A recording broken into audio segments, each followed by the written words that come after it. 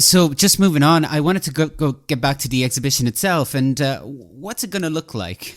Yeah, so we are planning to recreate the studio in Cannes, and it is a fabulous space. If you haven't seen the photos, of which there are a few, there's good records of it. Photographers, good friends of Picasso, such as Andre Villers, documented it pretty well. It was included in a number of publications as well. So there's a great amount of photographic documentation of his studio, which was a huge, grand room in the French tradition, and then he filled it with local rustic furniture and mixed in with some high-end classical, like Louis XIV period pieces as well, and then his work. And his work consumes everything. He was a great hoarder, and he also was incredibly prolific. So his studio just bursts with life, with paintings, with ceramics, with drawings, with prints, with posters. And we're taking all of that inspiration and bringing it into the gallery. And we will be placing works from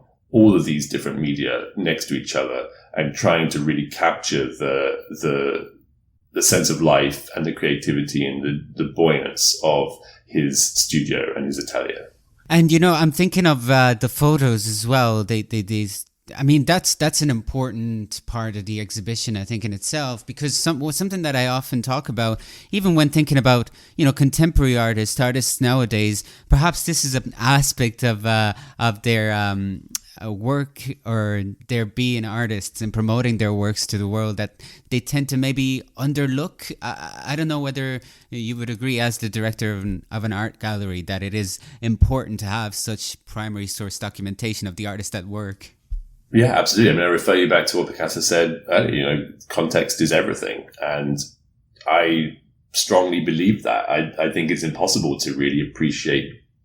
There are certain artists who will always have such an aesthetic quality that they are understandable to any generation. But I really think that for the majority of artists, the experience or the setting with which the work is created is absolutely key, and having that primary material to really explain the situation to someone who's coming to it for the first time is absolutely essential. And so we will have documentary photographs of the studio in the exhibition alongside mingled in with the works themselves, which you will see. There's certain works in the exhibition which are actually featured in the photos that we have. So that's in itself a nice parallel.